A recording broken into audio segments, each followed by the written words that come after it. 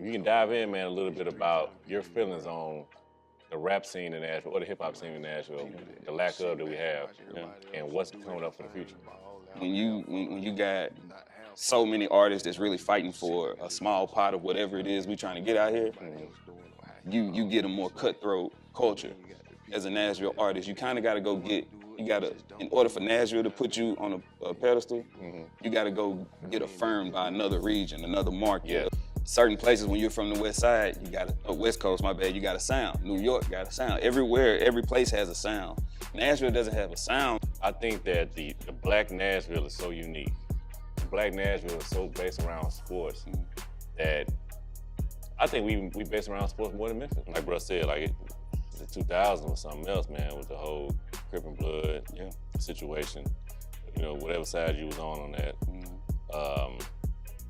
But sports always bring us together. What do I ask you though, man? When it comes to your music, like I said, you're very intellectual and you're spiritually inclined. How do you add that into your lyrics too?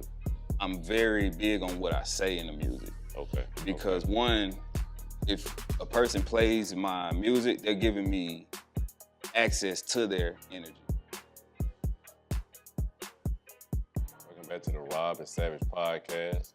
I got a family member, really, on the show today, man. My boy Quez, man. What's up with you, man? Thank you for having me, brother. Man, Thank you for having me, man. Hey, I appreciate it. I had to get you on here, man. You a staple in the city. Your family is, to me, a staple in the city. That's why we chose TSU, man, just to kind of pay homage to what y'all have done when it comes to the athletic world, the music industry now that you in, and just trying to tie all that in, man. But what we're gonna do is, if you can dive in, man, a little bit about your feelings on the rap scene in Nashville, or the hip hop scene in Nashville, the lack of that we have, and what's coming up for the future. Man, I think, honestly, bro, I think it's in a good space. Okay. You know, it's kind of like, I don't really want it to sound like this, but you know how you say, like, this is the year. You got the teens where it's like, man, 20 years of losses, but this is the year. Like, maybe if this ain't the year, this is just the time of period that, like, I'm seeing it. You know, it's so many different artists that are really putting on for the culture, that come from the culture. You know what I mean? So I think we in a great place as far as just starting to have the access to really grow and blossom here as artists, you know what I'm saying, and develop the community. Because like when you got so many artists that's really fighting for a small pot of whatever it is we trying to get out here, you get a more cutthroat culture. You get people who, you know, backdooring people because it's, you know what I'm saying, it's not enough to go around. It feels that way. But I think with the abundance of artists that we get in here that are actually like top tier artists in what they do, the culture is just kind of adjusting, and the community is like kind of coming together. You know, 6'1" Tribe, and you just got all these collectives of people who just putting their sauce on it, and you know, really putting their best foot forward for Nashville hip hop. So shout out to G too, man. For sure, Slap. Man, the reason I rap, honestly, I ain't even say the full reason, but like, man, because you know, I was doing websites for people. You know what I'm saying? And artists. It's kind of how I got tapped into the culture. Yeah, I got my degree in computer science, so I came back and just started working on websites with people, you know, specifically Petty and Stan, you know what I'm saying? And just at a show one day, Slab was just like, bro, you got the aura of a nigga that rap, you know what I'm saying? Like, you the way you present yourself, the way your social media look, like everything just seemed like, he said, can you actually rap? I was like, yeah, bro, I actually started rapping since I was, 13 when I first started recording. But I ain't really like just jump out there and become an artist, because I just, you know, you kind of got to get comfortable being in front of people and being seen. You know what I mean? So that makes sense. It was a little adjustment. But I feel like the culture is just it's moving in a great direction, regardless of what space we in currently. The motion is moving in a positive direction. Do you think the OGs of Nashville rap, the layout that they have put out there, do you think it has helped, or they didn't do enough? You think? I mean, I think it's just how you frame it. You know, I think it's helpful to see somebody. This is gonna sound crazy, but it's helpful to see somebody fail. Because you see that direction, like, okay, that ain't like, you got to see how it wasn't supposed to be done. You feel me? And it's hard to kind of hold them accountable in certain times, because they were dealing with something that they didn't know at the time. You feel me? I'm sure Buck didn't know he was in the space that he was in when he's in it. Like, you really don't know when you in it. You know what I'm saying? It's just going, and you really don't know. You're trying to adjust to the moment, and then you're not really thinking about what you need to be doing for the community and all that, because you trying to adjust. You know what I mean? Make sure you straight on it. Yeah, like, and that not even just financially, but just understanding in the space that you in.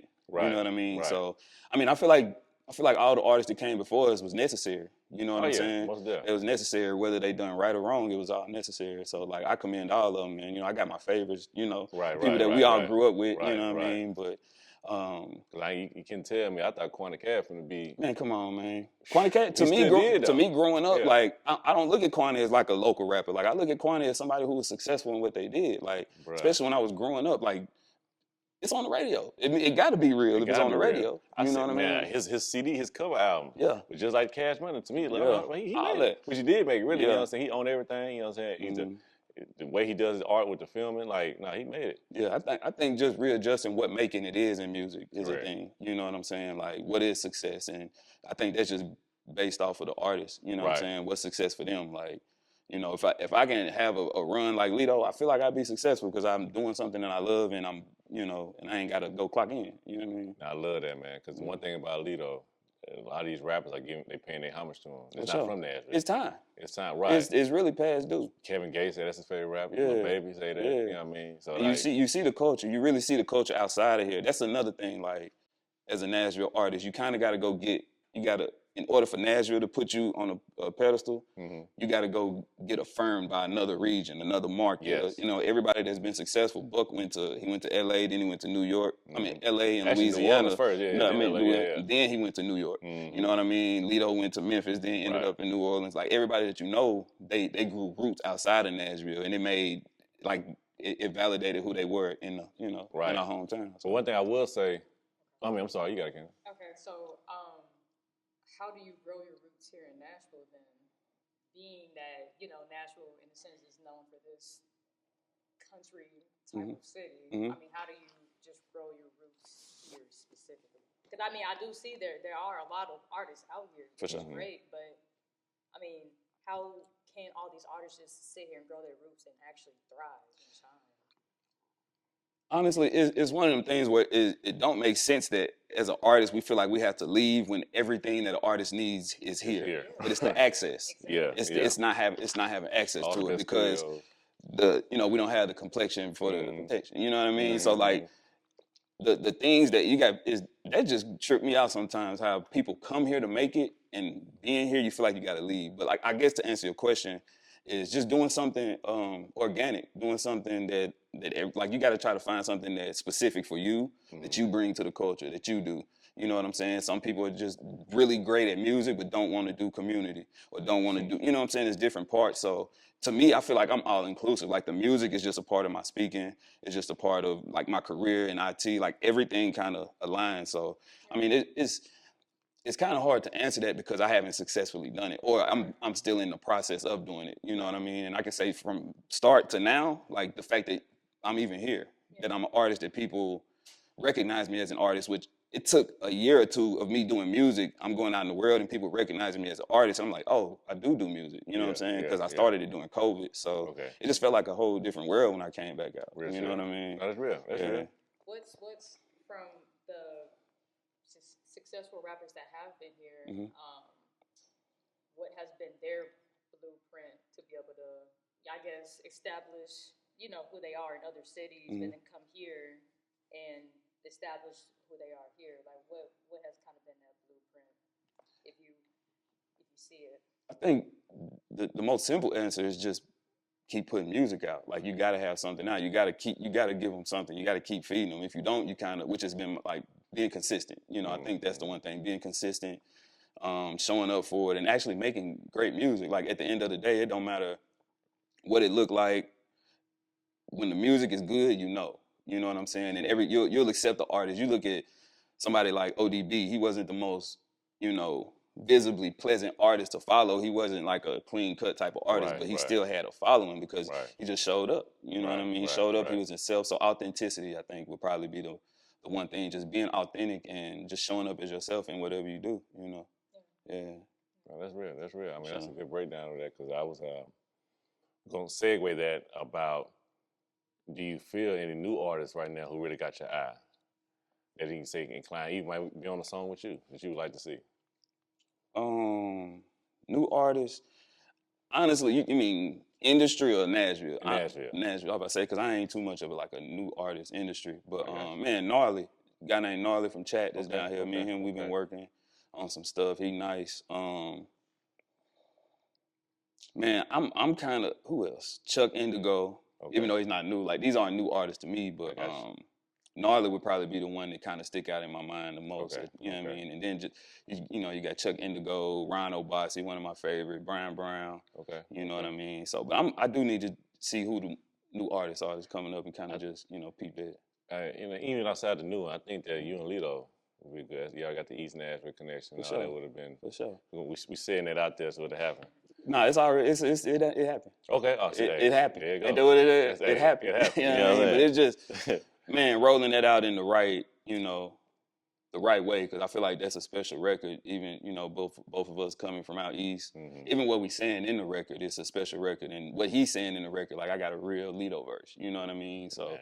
I really it's one of them. I don't just want to throw it out there like everything else I did. I want to really put something behind it and see where it go, man. It's a dope record though. Yeah, it already happened. That's real. Yeah, That's real. man. See. What do you think the Nashville community could do to kind of give light to these artists that are out there? Because I mean, don't get me wrong, I know there's a lot of people trying to shine the light on these Nashville artists, or just what else Nashville has to offer other than the pictures already painted, right? What do you think the community can do more? Just for both of y'all, I would love to know. Well, to be honest with you, I think that the Black Nashville is so unique, and the reason why bruh's so good at what he's doing in that Lito, but like our Black experience in Nashville to me is different than any other city, man. 100%. Damn, that's crazy. I say that all the time, man. It's kind of hard for me to vocalize, so I know what you mean, though. Bruh, Like the same way. Off air, we were just talking about Little League football. Even that alone, Little League football. We talk our mess, but bro, I put our Little League youth time against anybody. Yeah. It was an experience, bro. It was experience. It was bro. talent everywhere. Everywhere. Park had Metro talent. Center. I mean, Middle Tennessee, Middle Nashville. Period. Yeah. There's nowhere. It's any center you go, it's gonna be some comp. And I grew up and played against some dogs, man. You know what I mean? So basketball, baseball, and think about it. And these guys went to the pros and each won. Yeah. So I know, especially when I got to TSU, on my experience, when in practice, and myself, or my boy Calvin, when he was on the team, we out doing shit. I'm like, yeah, okay, so if you got gratification, all right, cool, we really was like that. For sure. And then we're going against people out of state, and they're like, damn, these niggas really, yeah. Yeah. I think with me, man, what made me realize Nashville was unique was when I went to college and I took, I minored in African American studies. Okay. So and one of those courses that I took was focused on hip hop and where it came from. And so that's why this was 2010, 11 or something like that. And we in there talking about gentrification and you know what I'm saying, redlining and white flight and learning about all of those things. Then so that made me I was intrigued about what that looked like in my city. You know what I mean? Let's so talk about I really just started researching like Nashville history. Like I wouldn't say that I know everything. I'm not one of those people, but I do know enough to understand how we got in this position being Black in Nashville. Right. You know what I mean? I'm glad you said that, bro, because we're gonna say this on air. Yeah. Like me and you, we're in our mid-30s. But we regard East Nashville like it's our stuff. For sure. But that wasn't us. That was the white folks. For sure. And you go back to my daddy time. Now that we know, we like, we was just leasing this space. For real. We wasn't getting ownership in this space. None of that. And that's what made it so easy to gentrify the city, because now they can start giving Section 8 vouchers, started going from inner city. Because that's how people got into Greens and Rivergate. Right. That's how people got it. That's how I ended up living in Terrace Park in Donaldson. Right. All the apartments that look like that. Those were the first ways that they started migrating us from the inner city to to those spaces. To those spaces. Because we feel like we, as Black people, we chase the opportunity. Correct. Right. We chase where the opportunity is. Correct. So we go from inner city, and we feel like, oh dang, we moving to Goodlettsville, we moving to Antioch, we moving to Donaldson. We feel like that's the come up. But really, and it's really an underhanded way of just get out here so we can start doing what, because we 20 years ahead of y'all. We already know what the next 20 years was there look first. like. We just coming back. Yeah. You know like, to furthermore say that the Blacks in Nashville wasn't even out east. It was out south. For sure. or they was out north. Yeah, that's They had to sprinkle the east man. side. What's crazy? Like I watched a documentary on Nashville. And they were saying Jefferson Street and Charlotte were kind of the first two streets that black people And like. Lafayette, That's yeah. where we were. You know what Yeah, I'm saying? yeah. That's where we were allowed to be in a Yeah, sense. You know what I mean? Charlotte, Jefferson Street, and then Yeah. Lafayette, Lafayette, Murfreesboro yeah, Road. yeah, all that. 'Cause my dad, like I said, my dad, he 74 this year. So, you know, he came out of high school in 68. He said, man, nah, everybody was out south, both sides. And you had to know if you had a sprinkle of people out east who might have went to Meigs. I didn't know that was a black school. Yeah, yeah. Meigs, East High, Meigs, all East. that. Yeah. That's what my parents, both my parents went to Meigs and East High. See what I'm saying? You know what I mean? So it's like, but we, you know, us being younger, we think, oh man, East, it ain't always been East. See that, but you always, it's kind of like asking somebody who's better, Jordan or LeBron, the person from their probably gonna Right. pick the person from their generation, Right. Right. So it's like we know what we know, but we don't know what happened before us, and it's coming to, like, even about TSU. I didn't know the history of TSU until I got to college and started like, and it's right here in my backyard. Yeah. And I didn't know too much about it. You know what I Yeah. mean? Like, because we just didn't frequent when you really from. When you really from like the inner city and the projects and all that, if you ain't got no reason to come to a college campus, you're not. You know what I mean? That's so true. just knowing the history of Nashville and what makes us unique with the 3 colleges being here. You know what I'm saying? Right. And just learning all of that, man, it really made me realize, like you said, how unique being raised black in Nashville is. I don't know no other city, man. I've been in a lot of cities, bro.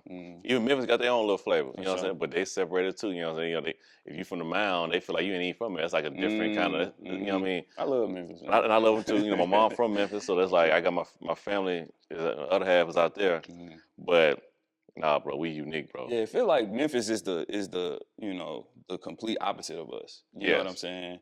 They are, and that's kind of the topic where they compare Nashville. Like, why is Memphis music taking off in Nashville? We gotta look, man. They got success stories to go back 20, 30 years. You know what I'm saying? In hip hop, in rap. hip-hop. You feel me? Right. So it's like once you do that, people know that this space is where you can find talent because they keep replicating. It's something about whatever is going on in this space that is finding that the talent is there. So I feel like it just really take the door being taken off the hinges and really letting the artists down here that let them breathe. Like, yeah, you know what I'm saying? To be honest with you, I'm sorry, I was the one to be honest with you, the way I have heard how even West Tennessee people, or even Mississippi who look at Nashville, Memphis, we the bougie blacks. For sure.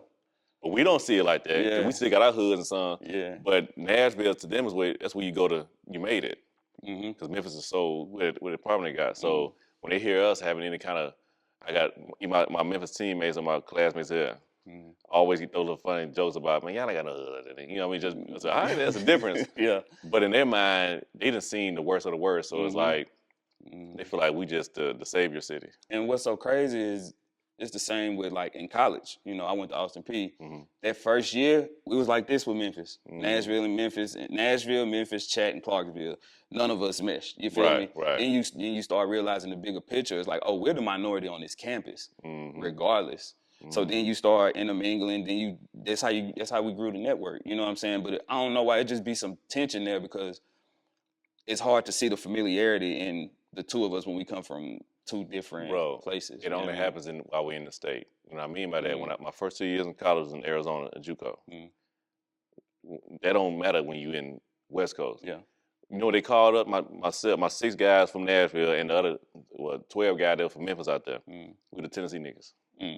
You forget all that because we in Arizona now. Yeah. Ain't no beefing, you know what I'm saying? But it only happens when you in the city that you have, the state, that you had those altercations. When we out of it, man, hey, nah, if you from Memphis now, we had to click up. Yeah. If a Memphis dude getting jumped, we all you had to jump. for sure. It was like, oh, okay. For sure. But it take you escaping the environment. Correct. To really understand it. And I think that's a lot of the issue in Nashville is just when people leave, they usually come back with a different perspective of what Nashville is. You know what I mean? Right. And some people who never leave, they see it a certain way. So it's a different experience for everybody. You know what I mean? It is. It is.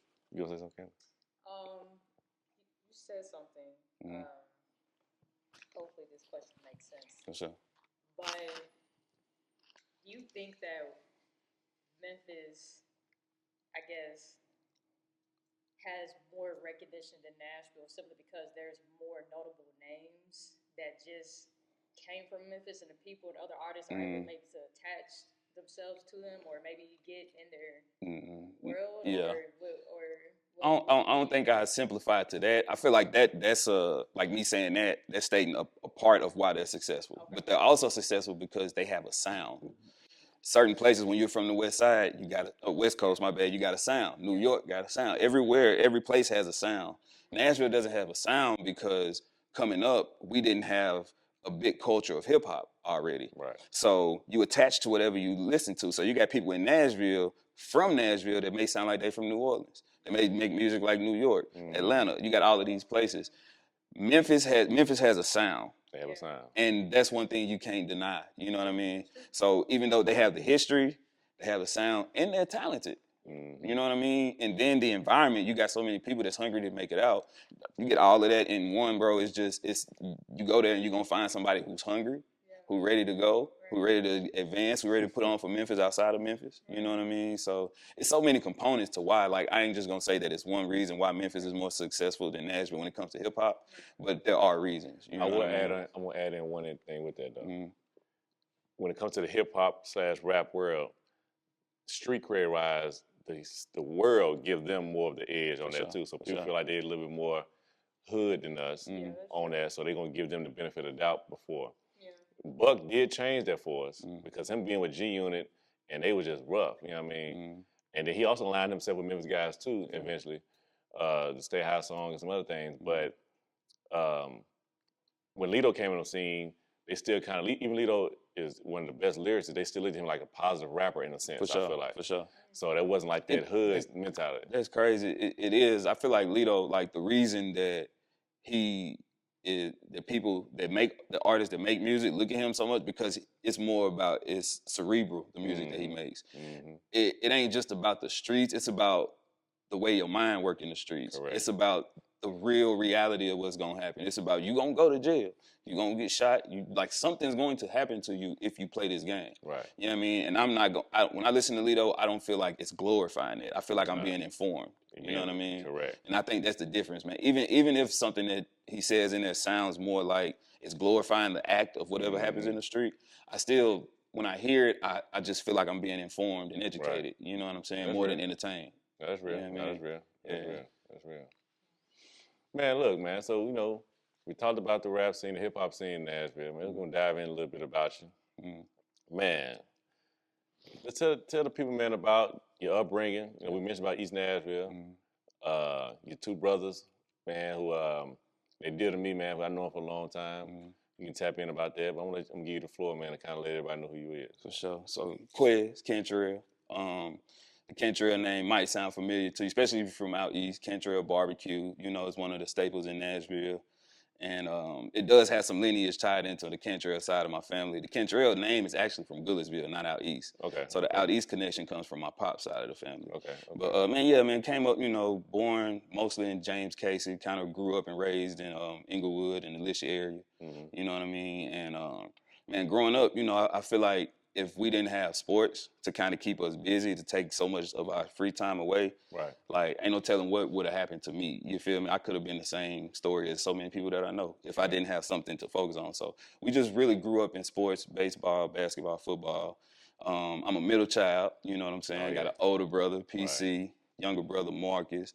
And yeah, man, we were just an athletic family, you know what I'm saying? They were like, to me, super athletes. Yeah. You know what I mean? Because I was a lineman growing up, so I was always blocking and making the tackle and being able to see them shine and run the ball. And you know what I'm saying? Right. I got a lot of joy out of that because I'm the one who blocking. You know what I mean? Yeah, real. But yeah, bro, just really growing up out east, man, regular, I ain't gonna say regular life, man. We really grew up, you know, with the streets,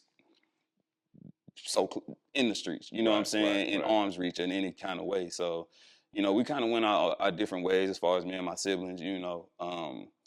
But yeah, man, Marcus, you know, my younger brother, known athlete in Nashville. Man, you know what I'm saying? Really to me, I feel like he gets compared to people that are different years, but once you compare him to the people in the age range that he's in, you know what I mean? He one of them ones. And then my older brother, man, we all just kind of came up, you know, I ain't gonna say in poverty, but we really came up in a situation where we saw a lot more than we probably should have too soon. You know what I mean?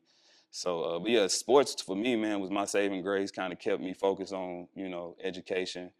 Ended up going to Austin P, getting my degree in computer science. You know what I'm saying? Double major actually. And yeah, man, like even after college, I kind of was trying to figure out if I wanted to come back to Nashville or go to Charlotte, Atlanta. You know, I kind of had job options everywhere, but I was like, man, I really just want to give whatever I done learned these last few years back to my city and my community. You know what I mean? And that's how I didn't have this idea as far as jumping into music and being an artist. It kind of just was one of them things where it's like something happened. My younger brother got, Marcus was murdered, and I was already rapping then, but they kind of put that hunger in my chest. You know what I mean? To tell my story and tell our story. You know what I mean? So that's why my music is like really in depth about just my life and my experience. I'm not really like make a song that's hard, you know what I'm saying? Play it in the club. Like, nah, you're gonna really want to sit down and, you might learn a lot about yourself by me talking about myself. You know what I mean? So, yeah, man, just Quez Cantrell, Nashville, out east. Hunters Lane, you know what I'm saying? Hume Award winner, all state. We can keep going, you know what I mean? I got a question. Yes. So, and I definitely want the both of y'all to answer this because I think the emphasis on sports to not only you but also to Robert and just hearing a lot of his story as well just has impacted y'all's lives in just a tremendous way. For sure. And it's just like I want to know why. Like, why is that so important? Because I think I hear the importance of how it might have saved someone's lives more coming from the men's side than the women's side. Because I was a basketball player. But I want to know, like, what was that saving grace about sports that just you feel like, or y'all feel like it just kept y'all focused and not to get into other things. Did you say that? I mean, first it's just the time. You know what I'm saying? The time you got to put into being an athlete to be a good athlete. It takes time from what you could be doing with all the other distractions. We grew up at a time where the gangs was heavy. You know what I mean? We done seen all type of RICO cases, people leaving in waves, 20, 30 people at a time. Shoot, wasn't they just getting out yesterday? Yeah, I'm saying shout out to Lonnie, man. Shout out to the ball. Man. But it's that. It's the fact that it keeps you busy. And then it's what you learn in the process of playing the sport. Because I feel like my music is very sports bars all over the place. You know what I mean? Sports references all over the place. And I feel like sports it really teach you life. You know what I'm saying? In the game, you're gonna get down, you're gonna face adversity, you gotta be consistent, you gotta be disciplined. All of these tools that you have to be to be successful in sports. You also have to be those things to be successful in business, to be successful in relationships, to be successful in life, all of those things. So it teaches you those, like me, when I'm training or when I'm getting ready to release music, I work out. My training regimen kind of changes. It's like two-a-days mentality. I snap back into two-a-days mentality. You know what I mean? Like, all right, this is the dog days of the summer. You know what I mean? So get it in, and then you show up for the game. You know what I mean? That's so real. it's just all of those components. I feel like, sports teach you about life indirectly. You know what I mean? Yeah. Yeah, I'm to piggyback off that to give you that foundation, man, that structure. Like bro said, like the 2000s was something else, man, with the whole Crip and Blood situation. Whatever side you was on that. But sports always will bring us together. I've seen several times guys who's on both sides of games, but they grew up together, so they give each other a pass. For sure. Yeah, I happen all the time. But the sports world here in Nashville, again, I said earlier about how we have our black Nashville is so unique. It's sports based. I remember as a kid, our middle school games were sold out, wall to wall. Yeah. Like superstars. Superstars. Like superstars. And even before us, Dante Jones era and all them. Yeah. When they was in the early 90s, they same thing. So we really took pride in that. And that was our staple was sports. And it did keep us out of trouble. And then some of our fellow people still end up finding some trouble later on. For sure. But they had the light. They just chose to do what they did. But I'll say for myself, man, one of the best athletes I've ever seen, first off, was brother PC. Man, I ain't seen no First off, he was left-handed at the right time. Yeah. Michael Vick was already Yeah. Michael Vick was the guy Yeah, in the league, yeah. and then I'm saying, man, bro had a grown person body in middle school. He did. So I'm thinking like, the height he is now is the height he was in 8th grade. Man, He that ain't was grown crazy. since. He ain't grown since. Right. You know what I'm saying? Height wise. And then he was shaped like what I would imagine Derrick Henry would be as an 8th grader. I don't know, like man. stiff arm, you know Come what on I'm saying? now. So I he was definitely that guy for real. could not understand it, man. Yeah. You know what I'm saying? He was like that. Jeremiah was too. Yeah. Built like a, you know what I'm saying? Man, Crush was a team all by himself. Yeah. Crush a whole football team all by himself, bro. I done seen him beat teams by himself. By himself. No blocking. He the first guy I ever heard a college coach come to a middle school game for the former. Oh, sheesh. Came to Goodlettsville to watch him play, bro. I believe it, because it was a show.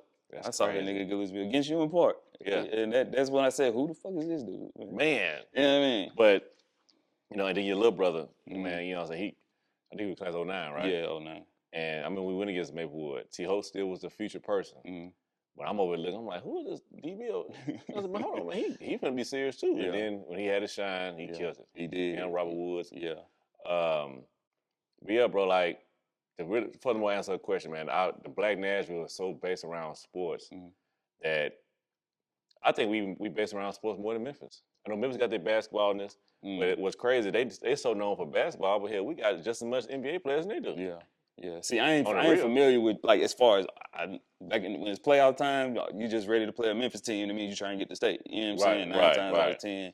I mean, and Melrose and, like, you know, I heard Football-wise, stories yeah. like that, so I couldn't compare the two cities as far as sports-wise, but.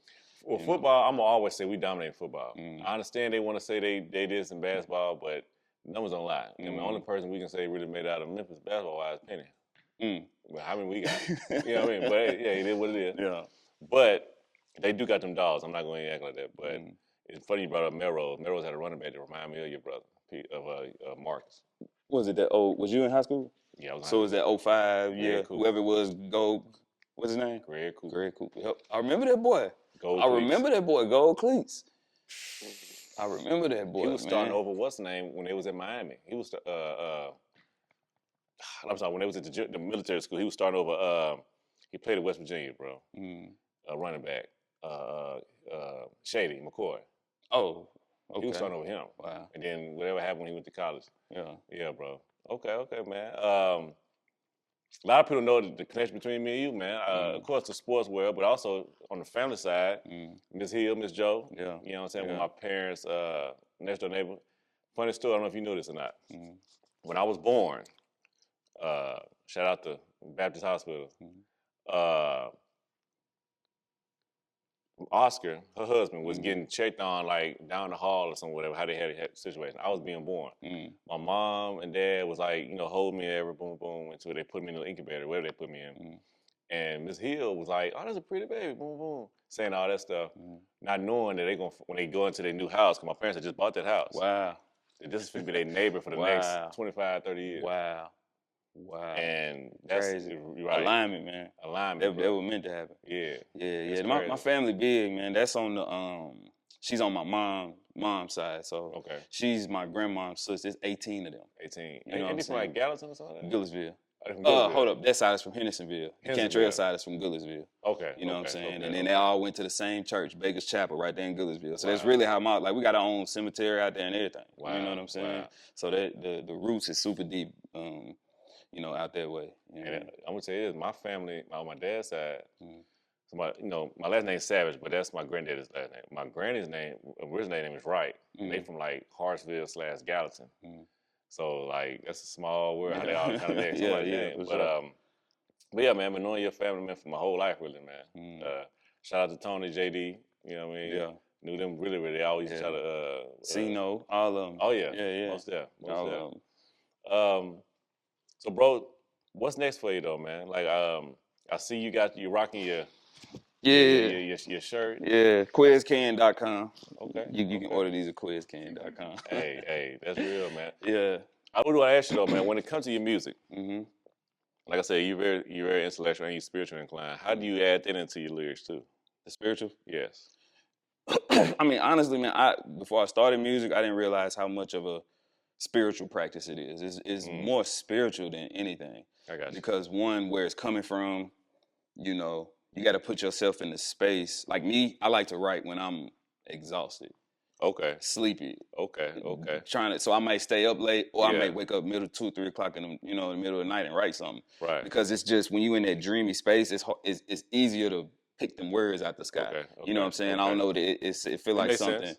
more creative or Yeah, whatever. it makes sense. But man, spiritually, bro, and then I'm very big on what I say in the music. Okay. Because one, if a person plays my music, they're giving me access to their energy, to their soul, to their spirit. Because whatever I say is gonna go directly to that, whether they know it or not. Right. It's gonna affect that. So that's why you probably won't ever hear me on some bang bang shoot 'em up. You know what I'm saying? Nothing like that.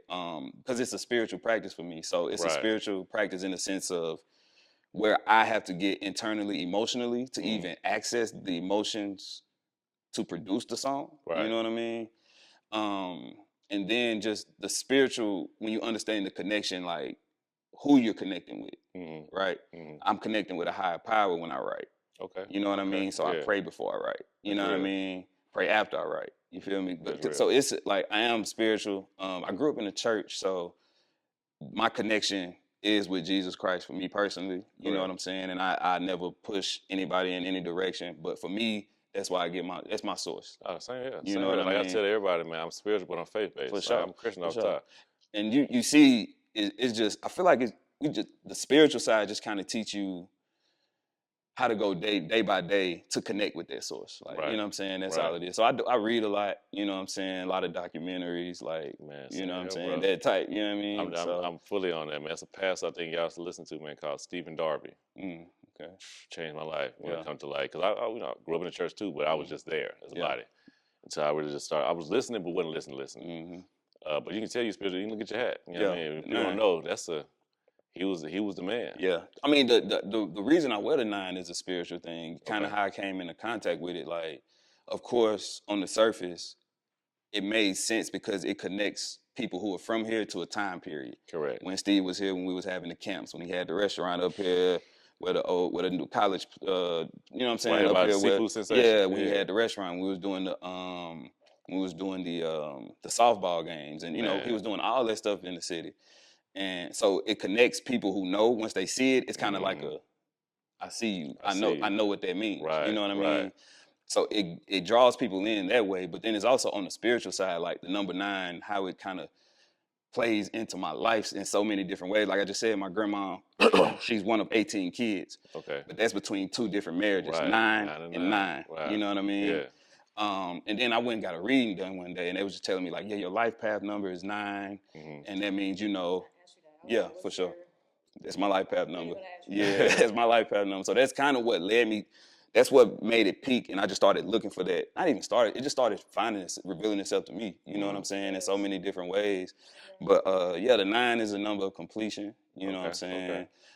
Philanthropy, community work. You know. So once I studied that number, I realized what I needed to do with myself. That's how I kind of got involved with being more vocal, speaking, making music, being out in the community. Like, because it really, once I started doing those things, I was like, oh, that's what feeds my spirit.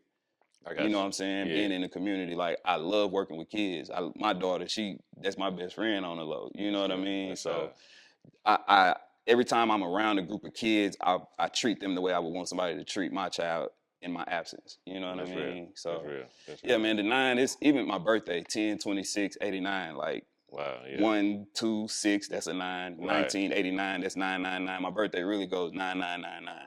You know what I mean? My name? You know what your name equals to? You mean the number wise or? Nah, I ain't really done that one. I ain't really done that one. Yeah. Definitely do it. Yeah. Or you should let me do it. Hey, I really will. we gonna do that then. I'm serious. For sure. Yeah. No, I'm dead serious too. See, I love I wanna learning more know about that. myself. Yeah, You know me what I'm too. saying? Me too. Because I feel like that's when you get the best out of yourself. You know what I'm saying? You know what spaces to put yourself in. You know what I'm saying? I think that's kind of what's going on in the world. Is just everybody.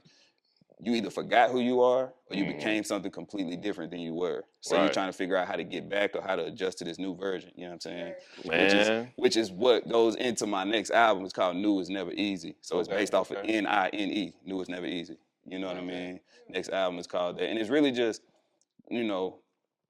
just me talking about like being in this process of trying to change my life to go in a certain direction, and how that comes with the hardships, but understanding that it's going to come with the hardships because you're Correct. trying to produce something completely new. Correct. You know what I mean? Correct. So yeah, man. Then just tying Nashville into that. You know what I'm saying? Okay, Any way that I can. All the features on there is from Nashville. You I'm know glad what I you're mean? doing that, man, because people need to see it, man. Yeah. They need to see it. The intentionality. See, I like that because I'm very intentional about learning about myself, but also just where I do apply myself. And I think that the more that you learn about yourself, you know exactly like this is what For sure. I need to do. For sure. You really the music. I always said, like, even at my pop's funeral, right? My pops passed in 20.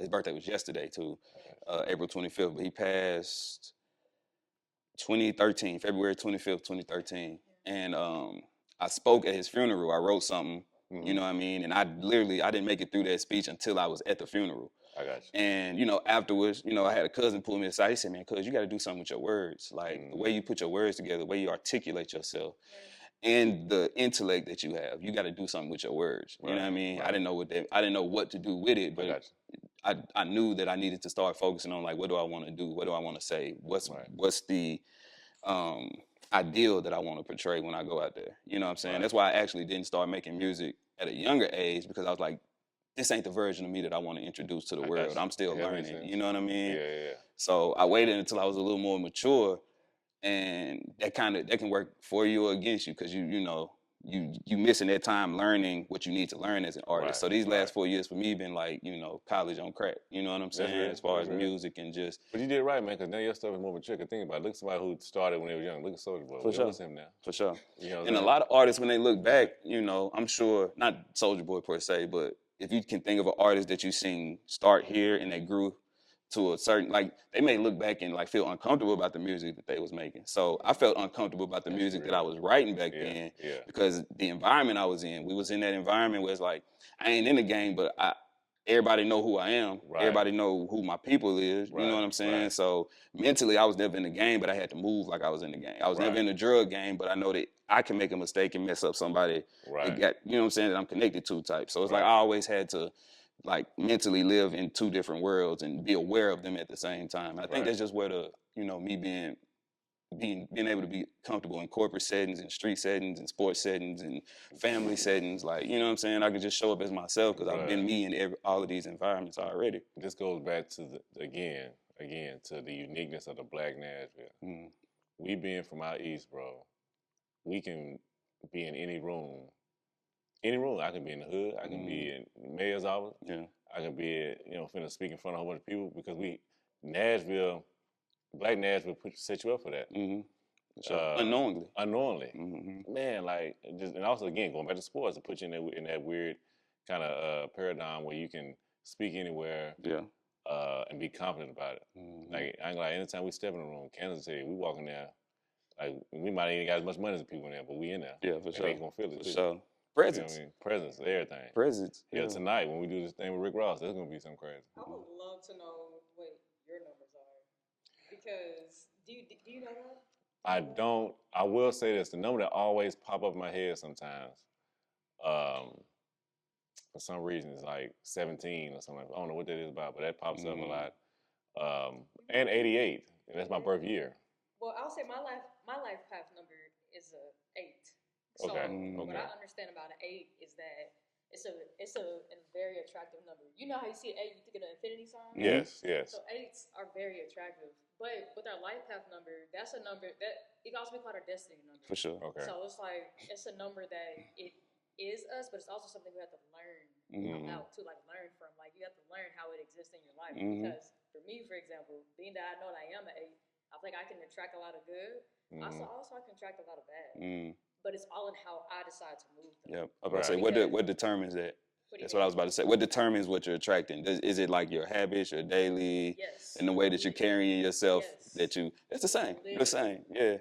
Literally. Yeah. So it's just like, I wonder what you are specifically, because you do have this attractive, like, essence about you. Like, I just think that people naturally just come up and talk to you, this and that. You can converse with anybody. It doesn't matter what it is, or no matter what walk of life it is. So I'll just wonder, like, what your numbers are. For you to say how the word, how 8 can be like an infinity number too, I promise you, outside of 17, I said 88 always pop up. Listen, he don't even realize what he just done. 17 is 8. 8, yeah. 17. 1-7 is 8. Exactly. You might be an 8 life That's path what I'm number. trying to Might figure be. out. See, once you see it, once you start seeing it, you can't unsee that shit. Yeah, you can't. Yeah. I feel like once you, I don't know if y'all, believe in third eye, y'all might not. But once you do open this eye, you cannot go back. Yeah. Like, even, I'm telling you, like, the way that I read the Bible, oh my gosh, like, I don't even know what my eyes was doing before. I was reading with these eyes. Yes. But yeah. when this eye got open, and it's not like just like I just intentionally I'm sitting here like open up my third eye. It's like Yeah. no, I just think that it just naturally did. And now the way that I read that, oh my gosh, it's a whole different book It is. now. It is. I literally have seen things in there that I never seen before up until this point. Because I wasn't open, I wasn't ready to see it. I was reading with this. But it's like now since it is, oh yeah, you can't go back. Yeah. Oh yeah. That's why I mentioned the. Oh my gosh. That's why I mentioned the past that I was saying because like it took me to hear him say it first. I was hearing that pastor speak the way he was speaking resonated with me. Yeah. And then some things I remember from hearing in the church from the old kind of came back too. But that third eye, you say, I think that's even biblical too. I just had a different name. I forgot the name that got in the Bible, but it spoke about. No, it is, and Jesus talks about it too. Right. Yeah, he does. Right, and I think that's a real thing, and I say this on camera. In the bad, it can be good or bad.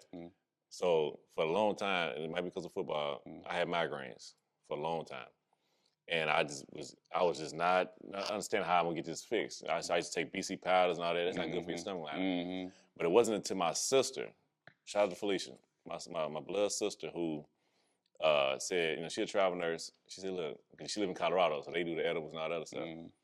She said, well, I hate that you take these medicines, mess up your stomach. Just trust me and take this edible and go from there. I said, I ain't never smoked before. I ain't trying to do this.